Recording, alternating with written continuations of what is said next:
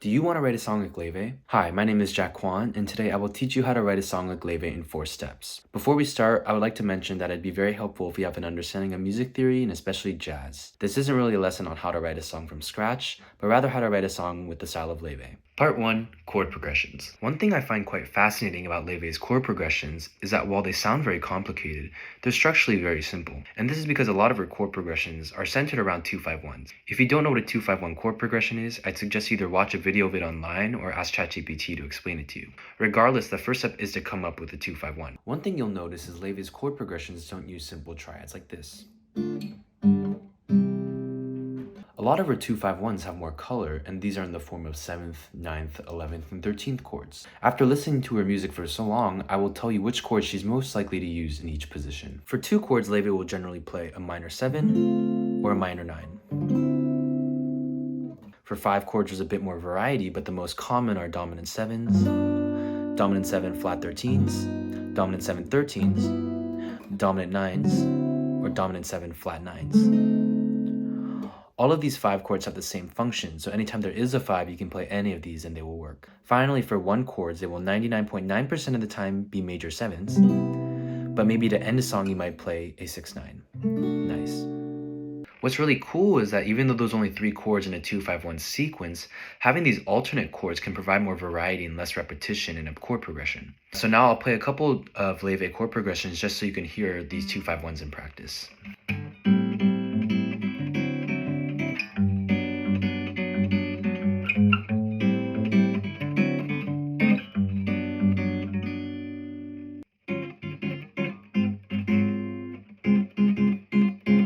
So now you have a 2-5-1 chord progression, and hypothetically, if you were to cycle through it over and over and over again, you could have a full song. However, one difficulty that might present itself is if you were to keep cycling through this 2-5-1, it might be difficult to create new melodies and therefore lyrics. So for the rest of part 1, I will teach you more ways to bring variety to your chord progressions without taking away the integrity of the 2-5-1. What you'll notice is that in the bass line, between the 1 and 2 is 1 half step. So what Laufey will sometimes do is add a diminished 7th chord on that note. So for example, in the key of G major, you will have A minor 7, D9, G major 7, and then a G sharp diminished 7. And this works because this diminished 7 has a lot of half step resolutions with the 2 chord, so it flows very nicely. An example of this is in Let You Break My Heart Again.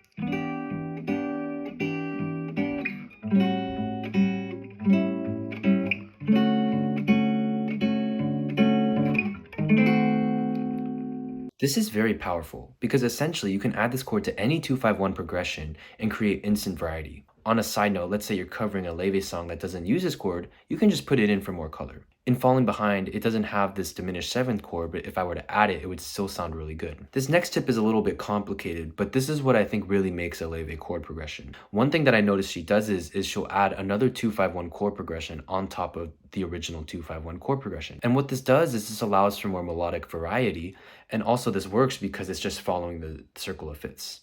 You might ask, where do I add this 2-5-1 chord progression? What Laufey will do is she will take the new 2-5-1 and center it around the original 2 chord. So for example, if you're in the key of G major, the 2 chord is A minor. So what Laufey will do is she will add a 2-5-1 centered around A. So in this case, it would be B, B minor, E, and then A. And that's really cool because it goes back to this 2-5-1. So what this does is essentially extends the melody line and allows for more lyrics. In a lot of Laufey songs, she breaks up the verses and chorus into 4 phrases. And on the 3rd phrase, Laufey will do this extension so she has more to say. So when she leads into the 4th phrase of a verse or chorus, there's more emphasis, and eventually it leads nicely into another verse, chorus, or bridge. This concept is quite tricky, so I'll play a couple of examples just so you can hear it and see it visually as well. 'Cause the sun's engaged to the sky and my best friend's found a new guy. I'm only getting older. I've never had a shoulder to cry on. Don't you notice how I get quiet when there's no one else around? Me and you in awkward silence. Don't you dare look at me that way. I don't need reminders of how you don't feel the same. So now you're done with the longest part. Obviously, Laufey songs don't only use this chord progression, but if your goal is just to write a song that sounds like Laufey, I think you've done a pretty good job. Now, parts 2 and 3, in my opinion, can be done interchangeably as well as simultaneously, but for the sake of the video, I will present it in this way.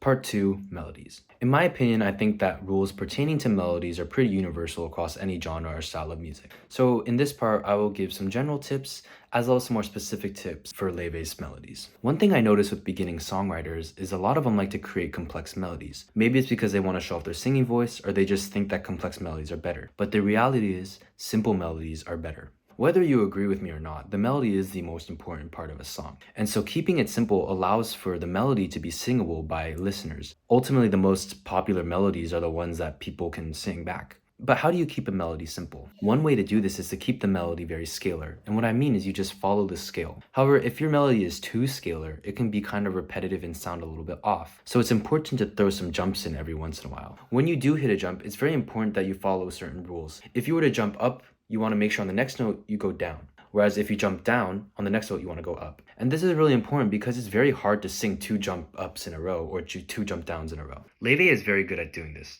And you'll notice in her song Like the Movies, she has a very scalar melody, but when she jumps, she does it right. Maybe one day I will fall in a bookstore into the arms of a guy. We'll sneak into bars and gaze at the stars, surrounded by stormy skies. Here's a more specific tip to write more melodies like Laufey. However, you have to recall from the first part when we have 2 2-5-1 chord progressions in the same phrase. In the second 2-5-1, Laufey likes to hit the flat 9 in the 5 chord. For example, in Falling Behind, we hear, I've never had a shoulder. This is a flat 9. Or in Like the Movies, we have, we'll sneak into bars. See, this flat 9 is really distinct. It doesn't fit in the chord, but when you hit it, it puts a lot of emphasis on the melody. So if you use this, you can make your melody sound more like Laufey. You just have to remember to resolve it correctly. And the way you resolve it is you just resolve down. We'll sneak into bars. The final tip I have is that, this is jazz. So one thing that you can do is just improv a melody over the chord progression until you have something good. And I think this is really helpful because it's sometimes hard to create these unique melodies if you're thinking about it too much. Part 3, lyrics. Now, in my opinion, I don't really think there's a right or wrong when it comes to writing lyrics. However, you are writing a Laufey song, so really bring out that inner hopeless romantic. Also, you're not supposed to end up with a love interest. If there's a happy ending, you don't have a Laufey song. And now we're at the final part, and that would be to add a scat solo. Now, I don't know how to scat myself, and every time I scat, I kind of fake it. But if you can scat, it would be really nice if you could add it somewhere in the song, whether it's after a verse, chorus, or maybe to end the song. I really do think that having a scat solo is a cherry on top for a Laufey song. Now here's a little song I wrote with all the tips I taught you.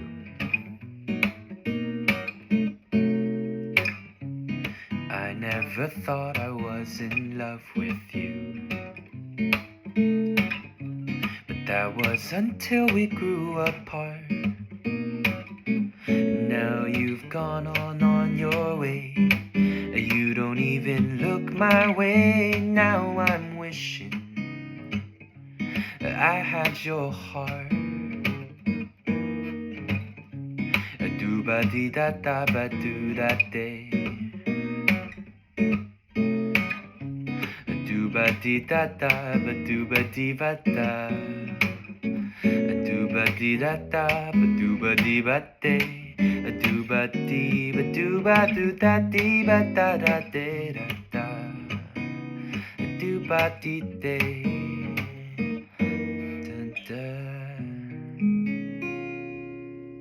So now you know how to write a Laufey song. If you like this content, you should definitely give me a follow and also leave in the comments for any other artists you want me to do this for.